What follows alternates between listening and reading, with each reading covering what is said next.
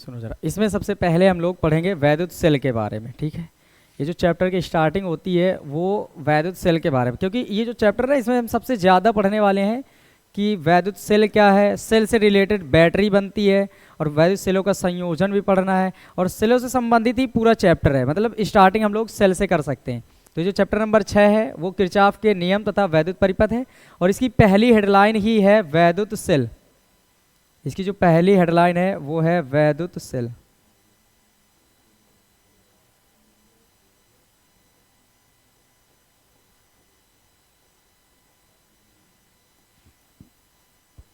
जानिए ये वैद्युत सेल क्या होता है।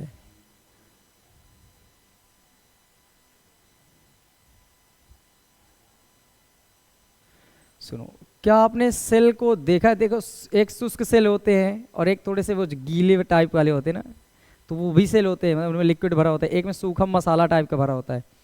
ये सेल अलग अलग तरह के होते हैं, लेकिन एक बात समझो जरा, इनमें कभी तोड़े फोड़े हो गए, जैसे बैटरी वाले सेल होते हैं, देखा है ना आपने, तो उनको देखना, या जो रेडियो चलाते हैं उनको देखो, या जैसे कि लाइट जो जिनसे जलाते हैं हम लोग, उनमें भी सेल तो पड़ते हैं, टॉर्च वाले। इन सब में जब इनको तोड़ कर देखना तो इसमें एक ब्लैक कलर का कुछ भरा होता है ना। वो चीज़ें जो कहलाती हैं वो सब रसायन पदार्थ होती हैं, उसमें कोई ना कोई रिएक्शन चलती है, कुछ चीज़ें भरी जाती होंगी। तो हमें ये पता चला कि जो सेल के अंदर है वो कहीं ना कहीं रासायनिक पदार्थ भरा हुआ है, भरा है। अगर रासायनिक पदार्थ है उसमें कुछ ना कुछ रासायनिक रासायनिक क्रियाएं होती होंगी। अब उन क्रियाओं से बनेगी रासायनिक ऊर्जा, अंदर क्या बनेगी? रासायनिक ऊर्जा। भाई रसायन पदार्थ है, रासायनिक अभिक्रियाएं हो रही हैं, तो रसायन ऊर्जा भी तो मिलेगी उसके अंदर। अब वो जब सेल से कनेक्ट कर देते हो, मान लो कि मैं तुम्हें यहां बनाकर समझाता हूं एक सेल,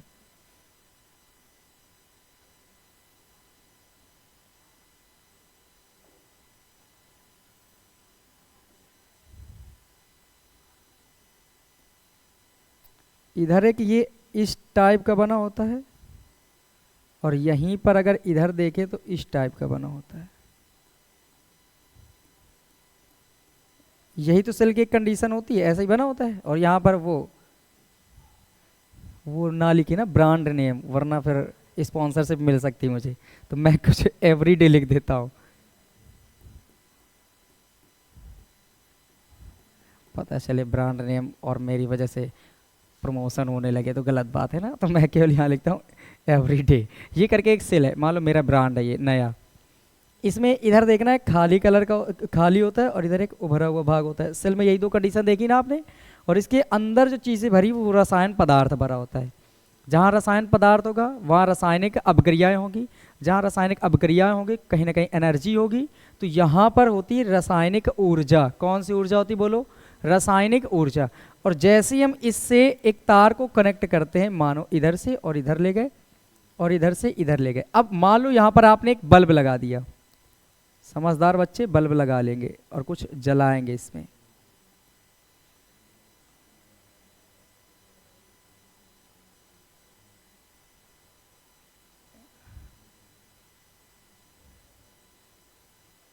ये और ये क्या हुआ? जलने लगा। तो एक बात समझो ज़रा, यहाँ से इसके अंदर तो रासायनिक ऊर्जा थी, पर इसमें जब करंट फ्लो हुआ तो हम लोग उसको वैद्युत ऊर्जा कहते हैं। कहते हैं कि नहीं कहते हैं? बताएं भाई। आवेश प्रवाहित होगा तो वो वैद्युत से बनता है, और फिर यहाँ पर जो चीज़ें आई, ये करंट मिला इसको, ये जलना शुरू हुआ। तो जब कोई करंट से जो चीज़ जले वहाँ पर कौन सी ऊर्जा होती है? वैद्युत ऊर्जा होगी। तो मतलब ये हमें समझ आया कि जो सेल है ना वो एक प्रकार की युक्ति है, डिवाइस है। और ये काम क्या करती है कि किसी भी वैद्युत परिपथ में रासायनिक ऊर्जा को वैद्युत ऊर्जा में कन्वर्ट करके परिपथ में आवेश के प्रवाह को क्या करती है? बनाए रखती है। वैद्युत सेल एक ऐसी युक्ति होती है जो रासायनिक ऊर्जा को वैद्युत ऊर्जा में कन्वर्ट करके या बदल करके किसी वैद्युत परिपथ में आवेश के प्रवाह को निरंतर बनाए रखती है, और जिसकी वजह से अपना बल्ब जलता रहता है ना, कोई भी इंस्ट्रूमेंट है वो काम करता रहता है। तो समझ आई होगी बातें। वैद्युत सेल क्या होता है? एक प्रकार की युक्ति है, और ये काम क्या करती है? रासायनिक ऊर्जा में बदलती है किसको? रासायनिक ऊर्जा को बदलती है किसमें? वैद्युत ऊर्जा में। और ये करती क्या है? ये किसी भी वैद्युत परिपथ में आवेश के प्रवाह को निरंतर बनाए रखती है। समझ आ गई होगी बातें? लिख दूं मैं इधर?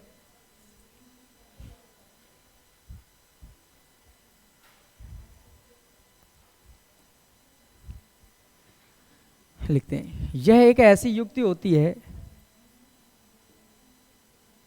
यह एक ऐसी युक्ति होती है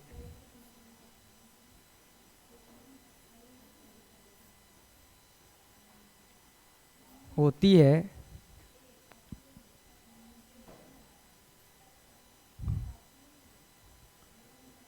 जो किसी वैद्युत परिपथ में जो रासायनिक ऊर्जा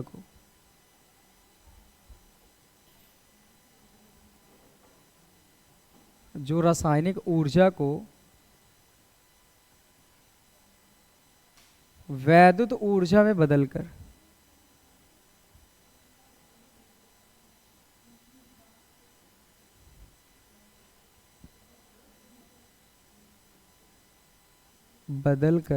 किसी वैद्युत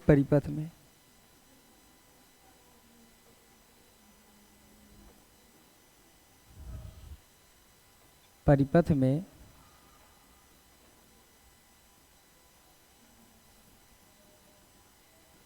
आवेश के प्रवाह को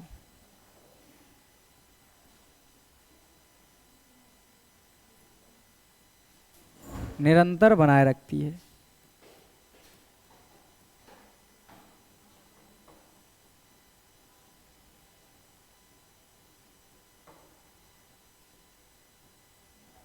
ये है, इस युक्ति का क्या नाम होता है? वैद्युत सेल। यहाँ तक तो बातें समझ आ गई कि वैद्युत सेल क्या होता है, ठीक है।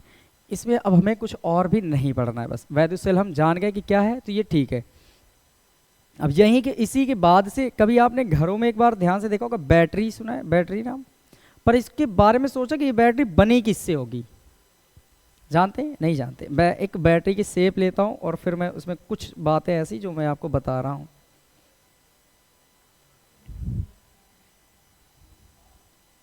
अच्छा डिज़ाइनर तो नहीं, पर फिर भी मैं कुछ बनाने की कोशिश करता हूँ।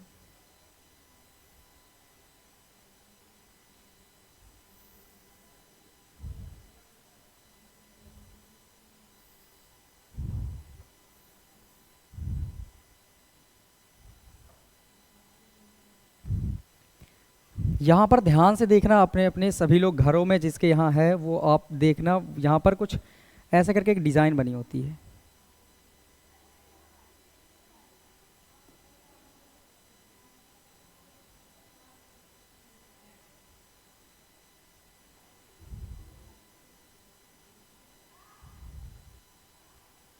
घर में सभी लोग एक बार इसको चेक ज़रूर करेंगे, क्या ऐसा होता है या नहीं होता है।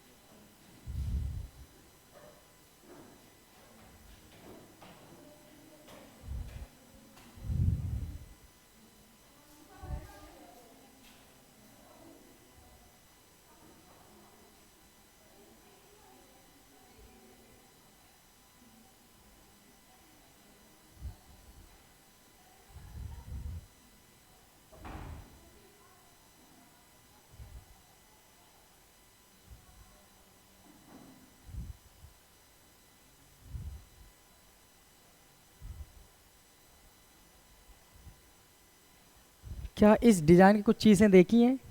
और यहाँ पर कैप लगे होते हैं और यहाँ पर ऐसे ऐसे करके कुछ अंदर की बात है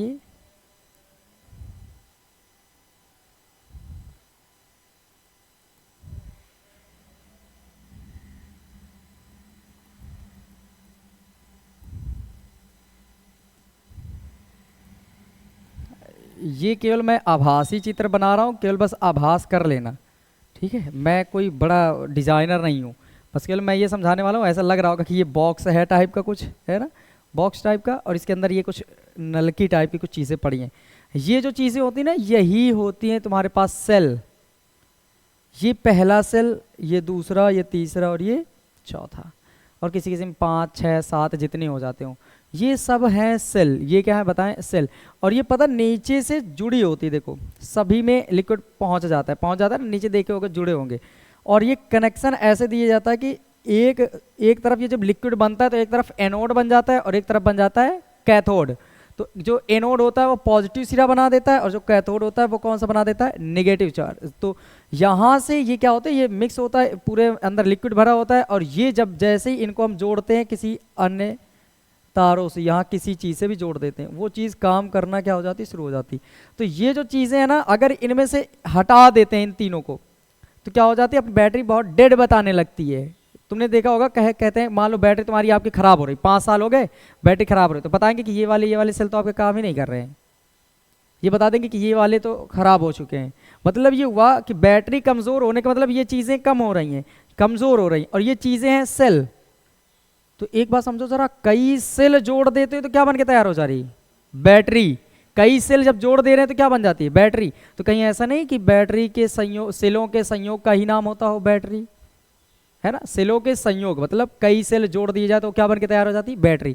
तो यही सत्य है, सेलों के संयोग का ही नाम क्या होता है? बोलो, बैटरी। ये बातें समझ जाएंगे सब लोग? तो अगर मैं आपसे पूछूं बैटरी क्या होती है तो यहीं पर बताएंगे आप, ठीक है? बैटरी अगली हेडलाइन।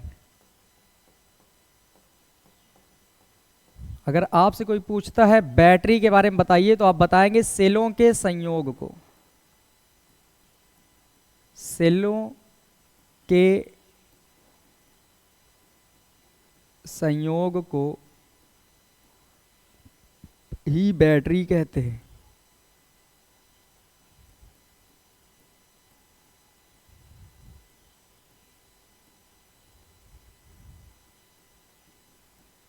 अब यहां से चीजें, इसका संकेत पढ़ो पहले। हम सेल का संकेत लिख रहे हैं, संकेत ये होगा संकेत सेल का, और जो इधर बनाएंगे संकेत वो होगा बैटरी का। सेल का जो संकेत होता है एक बड़ी लाइन और एक छोटी लाइन, ऐसे। ये बड़ी वाली को पॉजिटिव सिरा मानते हो, छोटी वाली को नेगेटिव। और अभी अभी आपने क्या कहा, जो बैटरी होती है वो सेलों का क्या होती है? संयोग होती है। तो कहीं ना कहीं बैटरी का सिंबल ऐसा होगा जिसमें कई सेलों के सिंबल एक साथ जुड़ रहे होंगे। तो देखिए ज़रा, क्या आपने अभी पीछे कई उसमें पढ़े होंगे, ऐसे ऐसे ऐसे, यही तो है सेल। इसमें कितने सेल जुड़े हैं? ज़रा ध्यान से देखो, 2 सेल जुड़े हैं। देखो एक सेल का सिंबल ये हुआ और एक सेल का सिंबल ये हुआ, और जब दोनों जुड़ गए तो सेलों के संयोग का नाम क्या होता है? बैटरी। इसी वजह से ये संकेत किसका है? बोलो, बैटरी का। समझ आई कि नहीं बातें? तो सेलों के संयोग का ही नाम क्या होता है? सब लोग बताओ, बैटरी। अब इसमें बड़ी वाली लाइन पॉजिटिव, छोटी वाली लाइन नेगेटिव। तो समझ आएगी ना सब लोग कैसे? तो अगर कई सेलों को एक साथ जोड़ दिया जाए तो जो चीज़ बन के आती उसका नाम क्या होता है? बैटरी। क्या किसी कोई दिक्कत है दोनों को समझने में? समझ आया सबको? अब इसको हटाता हूँ मैं, फिर इसके बाद चीज़ें और बताते हैं। ये बैटरी हटो, तुम्हारी कोई ज़रूरत नहीं रही। अब सब बच्चे समझदार हैं, समझ गए तुम्हें क्या है।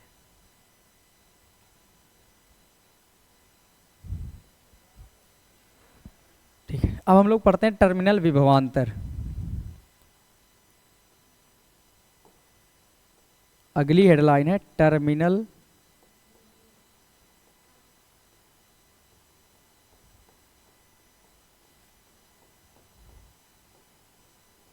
विभवांतर।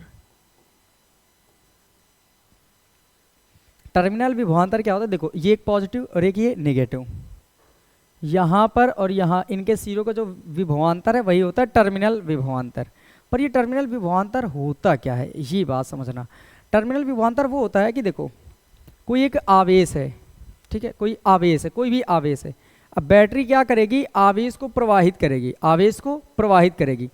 बैटरी के अंदर रासायनिक क्रियाकलापें होती है, तो फिर एक एनोड बनता है, एक कैथोड। जो एनोड होते हैं, एनोड पॉजिटिव होता है और कैथोड कैसा होता है? नेगेटिव होता है। मतलब एक तरफ इलेक्ट्रॉन दौड़ते हैं और एक तरफ प्रोटॉन, मतलब धनायन और ऋण आयन। प्रोटॉन तो दौड़ ही नहीं सकते क्योंकि वो तो नाभिक में फिक्स होते हैं, बताया था ना। तो यहाँ पर धनायन ऋण आयन बोल सकते हैं। धनायन ऋण आयन चलते हैं, तो धनायन ऋण आयन बनेंगे तो एक तरफ चलेंगे। तो ये चलेंगे तो बताओ, ये कार्य कर रहा है कि नहीं बैटरी? बताओ, और जब ये धनायन ऋणायन पहुंचेंगे एक एक कॉलम पे व्यवस्थित हो जाएंगे, तो एक पॉजिटिव टर्मिनल बना देंगे, एक नेगेटिव। अच्छा बताओ, कोई चीज़ 5 प्लस की है 5 माइनस की है, तो क्या इसे बराबर कहोगे कि अंतर कहोगे? इसमें अंतर है ना, क्योंकि प्लस और माइनस में तो जमीन आसमान का अंतर हो जाता है। तो यही चीज़ है कि जब कोई वैद्युत सेल या बैटरी क्या होता है कि इसको ये आवेश प्रवाहित करती है ना, तो जितना कार्य किया जाता है आवेश को प्रवाहित करने में, वो संपूर्ण कार्य ही क्या कहलाता है? किन्हीं दो बिंदुओं के बीच। मानो मैं कह रहा हूं कि ये टर्मिनल देख रहे हैं, तो यहां है एक टर्मिनल, एक ये टर्मिनल है, तो कोई एक आवेश है, मानो ये इलेक्ट्रॉन है, इसको पहुंचाना है। तो जब इन दोनों के बीच पहुंचाओगे तो इसको पहुंचाने में कुछ ना कुछ कार्य करना होगा, और जब जितना कार्य किया जाए वही कार्य इन बिंदुओं के बीच कहलाता है टर्मिनल विभवांतर। क्या वैद्युत विभवांतर याद है आपको? वैद्युत विभवांतर ये किसके बराबर हुआ करता था बताओ? किसके बराबर? कार्य के बराबर हुआ करता था। ध्यान से एक बात समझो जरा, कि किसी धन परीक्षण आवेश को या किसी एकांक आवेश को वैद्युत क्षेत्र के भीतर एक बिंदु से दूसरे बिंदु तक ले जाने में, एक बिंदु से दूसरे बिंदु तक ले जाने में जितना कार्य किया जाए वही क्या कहलाता था? उन बिंदुओं के बीच वैद्युत विभवांतर। पर कब? जब एकांक आवेश को ले जाओ। तो यहीं पर उसी से तो डेफिनेशन बनी है। किसी एकांक आवेश को क्या लिखेंगे? किसी वैद्युत परिपथ में, किसी वैद्युत परिपथ में एकांक आवेश को दो बिंदुओं के बीच है ना ले जाने में जितना कार्य किया जाता है बैटरी द्वारा, किसके द्वारा? यहाँ पर बैटरी या सेल द्वारा या वैद्युत सेल द्वारा जितना कार्य किया जाएगा वो उन बिंदुओं के बीच क्या कहलाता है? टर्मिनल विभवांतर। तो मैं अब इसी को लिखता हूं, किसी वैद्युत परिपथ में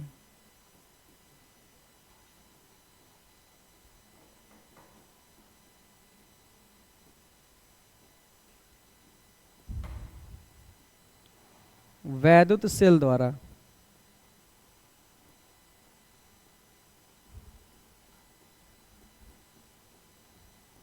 एकांक आवेश को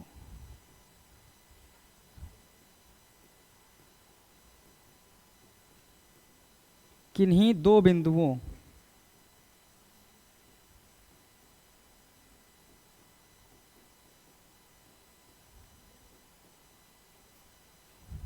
के बीच प्रवाहित करने में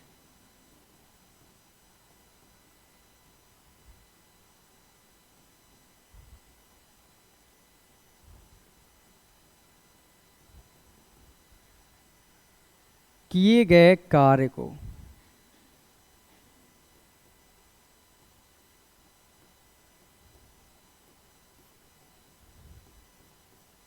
उन बिंदुओं के बीच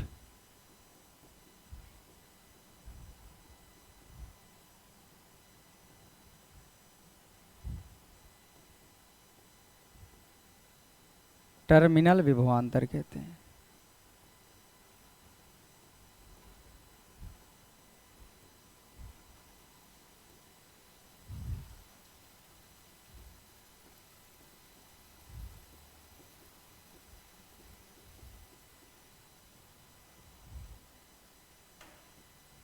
ये सब छोड़ो, हटाओ इसको। ये है टर्मिनल विभवांतर की डेफिनेशन।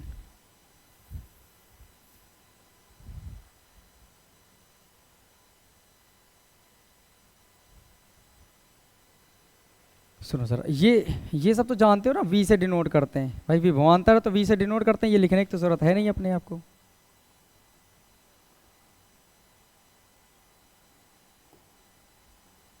फॉर्मूला बस लिख दो इसका। बताइए जरा, अगर v बराबर लिखेंगे तो क्या लिखोगे बताओ?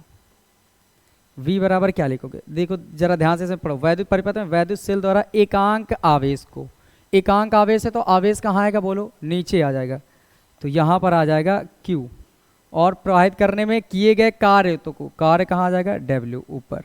बस यही जो है वही है फॉर्मूला जिसकी हमें ज़रूरत थी।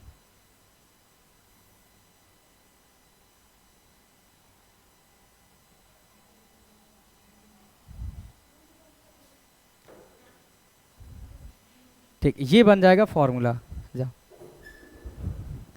यहाँ से सबको समझ आ जाना चाहिए इतना। अब इसके आगे मैं बताता हूँ इसका मात्रक, वीमा, ये सारी चीज़ें क्या है।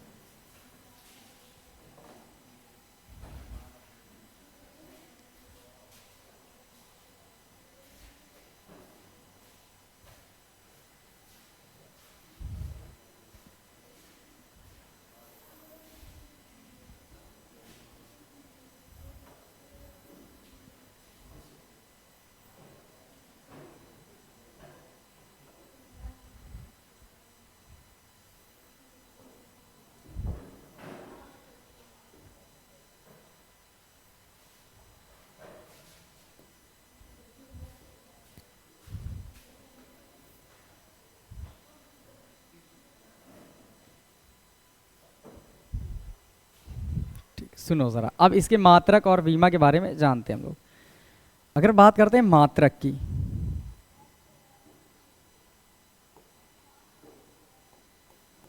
मात्रक, तो मात्रक हर एक व्यक्ति यहाँ पर जानता है कि इसका मात्रक जूल होता है, इसका कूलाम, तो बन जाएगा जूल प्रति कूलाम।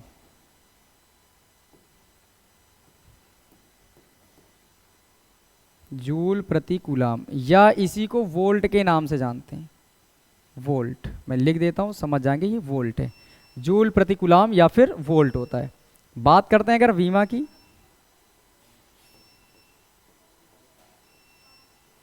तो वीमा क्या बनेगी? जो कार की वीमा होती है वो होती है ml2t⁻²। आवेश की वीमा होती है AT, याद रखिए।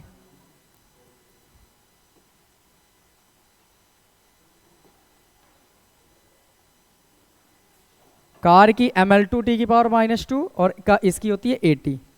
अगर दोनों को मिक्स कर दें तो ml2, अब देखो टी की पावर ये +2, ये प्लस की, ये -2 है, ये +1 ऊपर आएगी तो -1 होगी, 2 माइनस की, एक और माइनस की, तो टी की पावर हो जाएगी -3, और ये a की पावर +1 ऊपर जाएगी तो -1।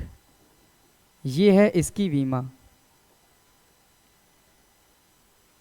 तो यहाँ तक इतनी बातें सबको समझ आ जानी चाहिए। कोई दिक्कत है इतने में? अगर नहीं है तो फिर मैं आगे बढ़ता हूँ। कितना मैं मिटा ही दूँ इसको।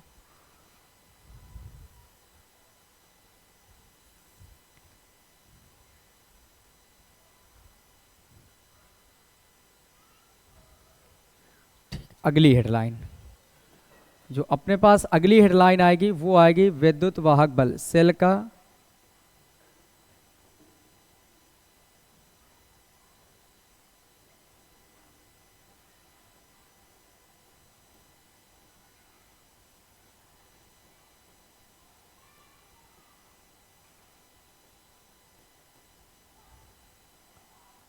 विद्युत वाहक बल।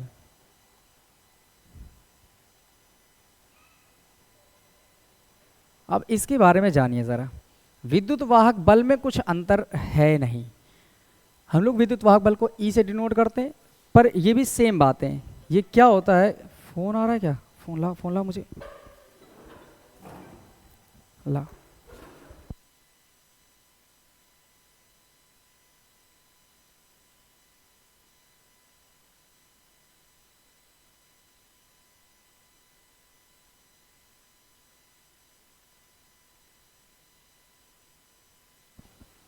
हाँ, तो ये जो सेल का विद्युत वाहक बल होता है इसके बारे में आप जानिएगा। जैसे मैंने अभी टर्मिनल विभवांतर पढ़ाया था, सेम वही काम ये भी है, पर इस बार वो दो बिंदुओं के बीच कार्य नहीं किया जाएगा कि केवल कोई पार्टिकुलर पॉइंट है। इस बार जो कार्य होगा वो सेल सहित पूरे परिपथ में जितना प्रवाहित कर, मान लो कोई एक एकांक आवेश है, उसको सेल सहित मतलब सेल से होते हुए पूरे परिपथ में प्रवाहित करने में जितनी ऊर्जा देनी पड़ जाए सेल को, ऊर्जा कार्य के बराबर होती है कि नहीं होती है? तो कार्य बोले या ऊर्जा, तो किसी वैद्युत सेल द्वारा एकांक आवेश को सेल सहित पूरे परिपथ में प्रवाहित करने में जितना कार्य करना पड़ता है या जितनी ऊर्जा देनी पड़ती है उसी का नाम होता है सेल का विद्युत वाहक बल। समझ आई बातें? टर्मिनल विभवांतर में एक स्पेशल पॉइंट था कि दो बिंदुओं के बीच होगा, इसमें क्या है, सेल सहित भी होगा और पूरे परिपथ में भी होगा। तो ये चीजें मैं यहां लिख रहा हूं, लिखेंगे किसी वैद्युत सेल द्वारा क्या ये क्या है? वैद्युत सेल द्वारा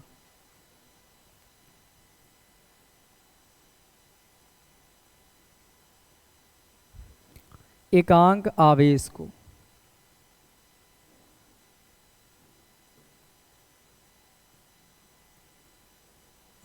को सेल सहित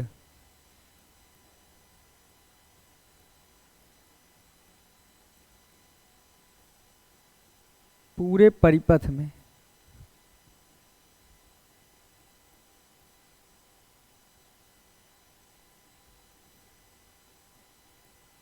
में प्रवाहित करने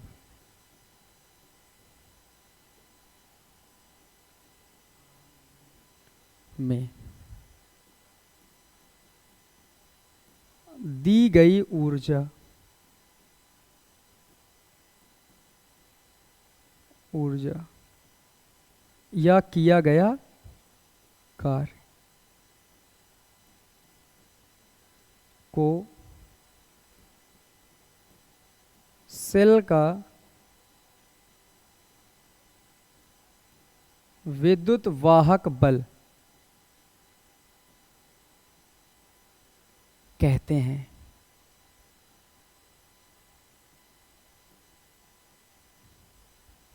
बल कहते हैं।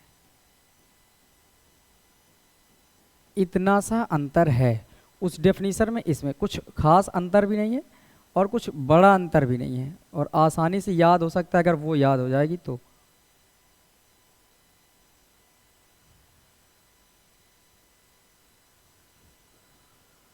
ठीक है, ये बन गई डेफिनेशन। इसको हम ई से प्रदर्शित करते हैं, ये मैं लिख देता हूं, इसे कैपिटल ई से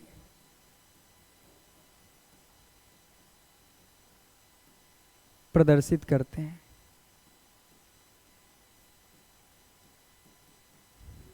यहां पर कुछ चीजों को मैं बदल दूं, कलर अच्छा वाला, ठीक।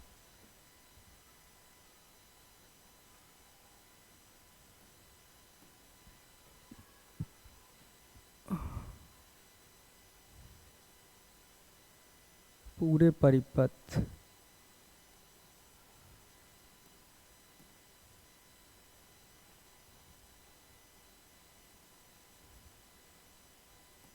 ये लो, वैद्युत सेल द्वारा एकांक आवेश को सेल सहित पूरे परिपथ में प्रवाहित करने में दी गई ऊर्जा को सेल का विद्युत वाहक बल ई कहते हैं। ठीक है, अब यहाँ पर बात आती फॉर्मूले की, तो फॉर्मूला क्या बनेगा, ई बराबर, जरा इसकी डेफिनेशन को पढ़ो, क्या गया, वैद्युत सेल द्वारा एकांक आवेश को, तो आवेश कहाँ आएगा, बटे में आएगा।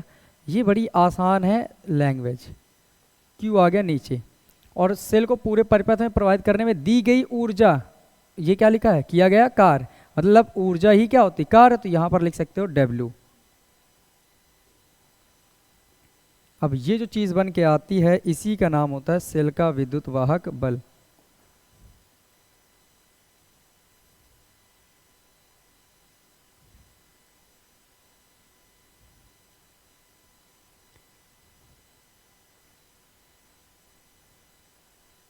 ये लो बन गया। अब मुझे इसका मात्रक और विमा बताने की तो कुछ खास जरूरत रही नहीं, क्योंकि अगर चाहोगे भी तो इसका मात्रक आपको खुद ही आ जाएगा। अगर बात करें मात्रक की, मात्रक और विमा, तो ये आपको पहले से ही आते हैं। मात्रक इसका जूल प्रति कूलम या फिर वोल्ट हो जाएगा। विमा की बात करते हो तो ml2t की पावर -3 a की पावर -1, जो उसकी थी वही इसकी बन जाएगी, समझ जाएंगे क्योंकि सेम बातें हैं। बस अब ये बात आती है कि सेल का विद्युत वाहक बल, एक नोट पॉइंट लिख लो, क्योंकि एक बार ऐसा आया था कि वहां पर ये विद्युत वाहक बल लिखा ही ना था।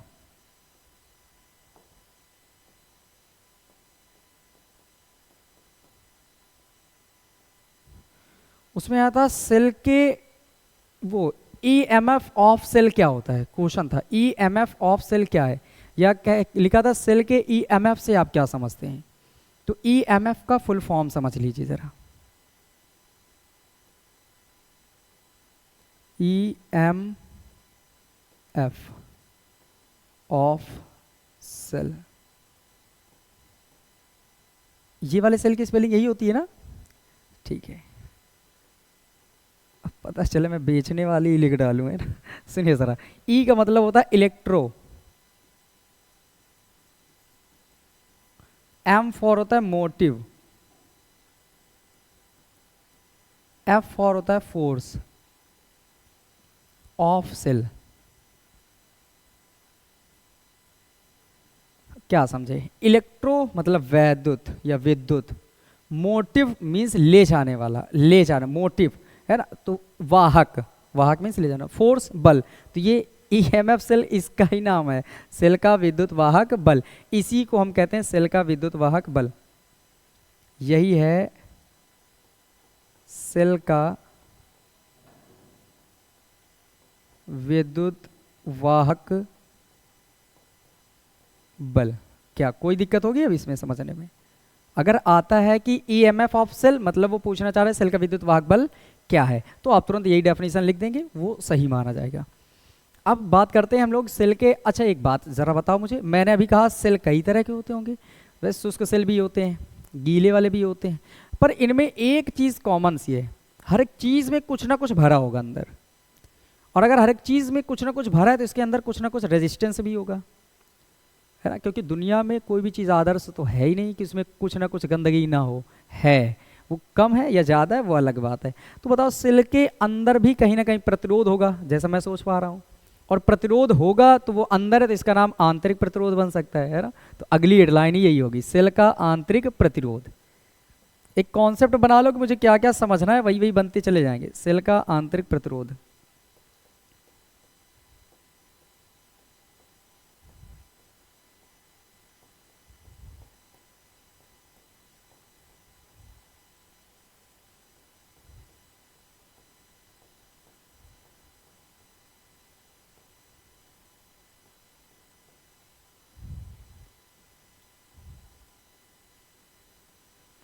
हाँ तो अब ये बताओ ज़रा, ये तो अब जान चुके हो प्रतिरोध है कि नहीं है। हाँ प्रतिरोध है, हम जानते हैं कि प्रतिरोध क्या होता है, ये भी जानते हैं। ये लिखा क्या है, सेल का आंतरिक प्रतिरोध, बस हमें अंदर के बारे में बताना है। तो हम क्या कहेंगे, सोचो ज़रा, प्रतिरोध हमें ये बताया करता था कि कोई सेल के मार्ग या कोई भी चीज़ है परिपथ में जो धारा के मार्ग में जो अवरोध है ना, वही क्या कहलाता था, प्रतिरोध। अब सेल का आंतरिक प्रतिरोध है, मतलब ये जो प्रतिरोध है ना अंदर काम कर रहा है, और सेल के अंदर जो धारा प्रवाहित होगी उसका विरोध कर रहा होगा, मतलब उसके मार्ग में अवरोध उत्पन्न कर रहा होगा। तो हम क्या बोलेंगे, किसी सेल के अंदर वैद्युत धारा के मार्ग में अवरोध उत्पन्न करने वाले गुण का नाम क्या होता है, सेल का आंतरिक प्रतिरोध। बस यही बात है, लिखता हूं मैं, सेल के अंदर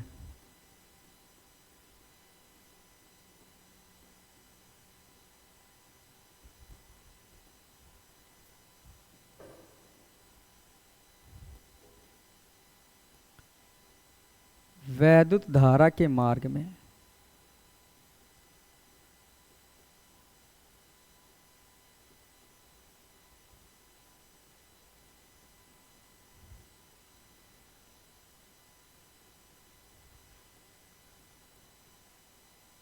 अवरोध उत्पन्न करने वाले गुण को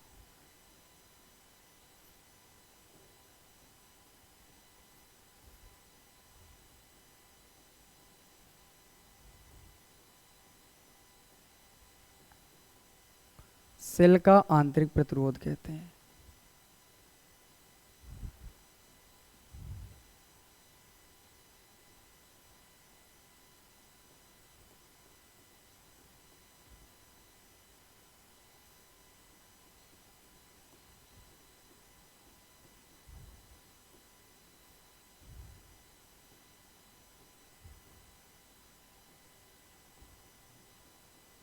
ये बन गया। अच्छा ये जैसे जो अभी तक केवल प्रतिरोध पढ़ा करते थे तो वो तो कैपिटल आर होता था, अब ये अंदर है तो थोड़ा सा होगा ना, छोटा कम भाई। अच्छा बताओ, सेल है एक, मान लो ये छोटा सा, अब तुम सेल के बाहर तो तुम जितना मन चाहो उतना बड़ा तार ला सकते हो, तो जो सेल के बाहर वाला होता है प्रतिरोध उसको कैपिटल आर से डिनोट करते हैं, और जो अंदर होता है उसे स्मॉल आर से डिनोट करते हैं। बस ये बातें, इसे स्मॉल आर से प्रदर्शित करते हैं।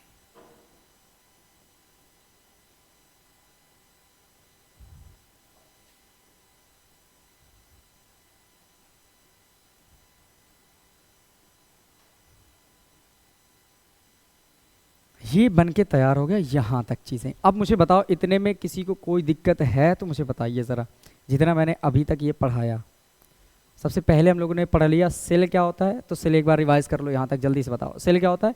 सेल एक ऐसी युक्ति होती है जो रासायनिक ऊर्जा को वैद्युत ऊर्जा में परिवर्तित करने के बाद किसी भी वैद्युत परिपथ में आवेश के प्रवाह को निरंतर बनाए रखती है। ये पहली बात। दूसरी बात हम लोगों ने पढ़ा, सेल का जो अगर जोड़ दें सेल को, तो जो सेल का संयोग कहलाता है वो क्या कहलाता है, बैटरी। तो मतलब जो बैटरी है वो सेलों का क्या होती है, बोलो एक प्रकार के संयोग। अगर मैं कहूँ कि जो सेल का सिंबल होता है वो क्या होता है, तो बोलेंगे ऐसे, ये बड़ी लाइन और ये एक छोटी लाइन, ये बड़ी लाइन पॉजिटिव को डिनोट करती है, ये छोटी वाली नेगेटिव। अब यहीं पर बात आती है, सेल के बाद बैटरी का सिंबल, तो बड़ा छोटा फिर दूसरा सेल इसके साथ जोड़ो, देखो ये एक सेल और ये दूसरा यहाँ से जुड़ गया, तो मतलब सेलों का संयोग बन गया, ये बैटरी का सिंबल। ठीक, यहाँ तक अगर मैंने पढ़ लिया सेल क्या है, फिर सेलों के संयोग से क्या बनती, बैटरी। तो फिर अगर बैटरी बन के तैयार हुई तो हमें पता है उसके अंदर मान लो लिक्विड भरा है, घरों में देखते हैं ना तेजाब वेजाब डालते हैं, तो वहाँ से लिक्विड बनता होगा, रासायनिक अभिक्रियाएं शुरू होती होंगी, वहाँ से धनायन ऋणायन बनते होंगे, मतलब एनोड और कैथोड का जनरेट होता बन जाते होंगे, केमिस्ट्री पढ़ी होगी ना, एनोड और कैथोड। तो वहाँ पर पता चल जाता है कि एनोड एक पॉजिटिव हो जाती है और कैथोड एक निगेटिव छड़ का काम करने लगती है। तो एक तरफ पूरे पूरे धनावेश इकट्ठे हो जाएंगे, धनायन जिसे कहते हैं, और एक ऋणायन। तो यहाँ पर टर्मिनल विभवांतर उत्पन्न हो जाता होगा। तो फिर कौन सी हेडलाइन हमें पढ़नी चाहिए थी, टर्मिनल विभवांतर। तो ये हम लोग समझ गए कि टर्मिनल विभवांतर वो चीज़ होती है जो कोई एक वैद्युत सेल एकांक आवेश को सेल में एक कहीं पर भी कह सकते हैं पर दो बिंदुओं के बीच एकांक आवेश को प्रवाहित करने में जितना कार्य करता है वो उन बिंदुओं के बीच क्या कहलाता है, टर्मिनल विभवांतर। V से डिनोट करते हैं, W/Q फॉर्मूला होता है, मात्रक होता है वो जूल प्रति कूलम या फिर वोल्ट, वीमा क्या होती है ml2 T⁻³ A⁻1 क्लोज बड़े ब्रैकेट के साथ। फिर जब टर्मिनल विभवांतर में पता चल गया तो एक बात और समझ पाए हम लोग कि ये सोच सकते हैं कि अगर ये दो बिंदुओं के बीच आवेश प्रवाहित हो रहा है तो इसका नाम टर्मिनल विभवांतर हुआ। अगर मैं इसी आवेश को पूरे परिपथ में प्रवाहित कर दूं तो क्या नाम दिया जाए, तो पता चला इससे हम सेल का विद्युत वाहक बल नाम दे सकते हैं।